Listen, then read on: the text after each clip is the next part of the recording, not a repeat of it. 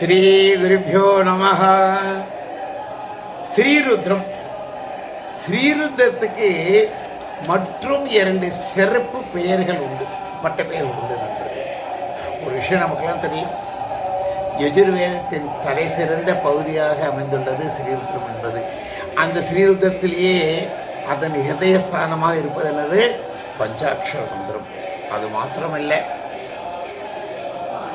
எந்த வேத சாக்கையை சேர்ந்திருந்தாலும் ஆஸ்திக மகாஜனங்களால் நித்திய பூஜையிலும் ஜபத்திலும் ஹோமத்திலும் போற்றப்படுவது, ஆராதிக்கப்படுவது, படிக்கப்படுவது எதுனா ஸ்ரீருத்ரங்கிற விஷயம் நமக்கு நல்லா தெரியும். சரி, 2 பேர் இருக்குன்னு சொன்னோம் இல்லையா ருத்ரத்துக்கு.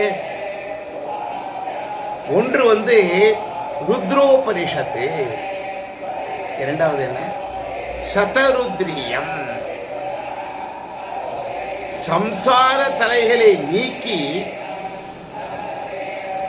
முக்தி அடைவதற்கு சாதனமாக, அதாவது மோட்ச சாம்ராஜ்யத்தை அடைவதற்கு சாதனமாக அமைந்துள்ளதால் இது உபனிஷத்து ஆகின்றது. யஜுர்வேத சாக்கைகளிலும் மற்றும் பல வேத சாக்கைகளை சேர்ந்தவர்களாலும் இந்த ஸ்ரீருத்ரமானது படிக்கப்படுவதனாலும் நூற்றுக்கணக்கான வடிவங்களில் ஸ்ரீருத்ரனை போற்றப்படுவதனாலும் இது சதருத்ரியம் எனவும் அழைக்கப்படுகின்றது நண்பர்களே. மொத்தத்திலே ஸ்ரீருத்ரத்தை பாராயணம் பண்ண முடியும். குருமுகமாக நம்ம கத்துண்டு பாராயணம் பண்ணுவதனால் தனிப்பட்ட நபருக்கும் க்ஷேமம் கிடைக்கின்றது, குடும்பத்துக்கும் எல்லா நலங்களும் கிடைக்கும்.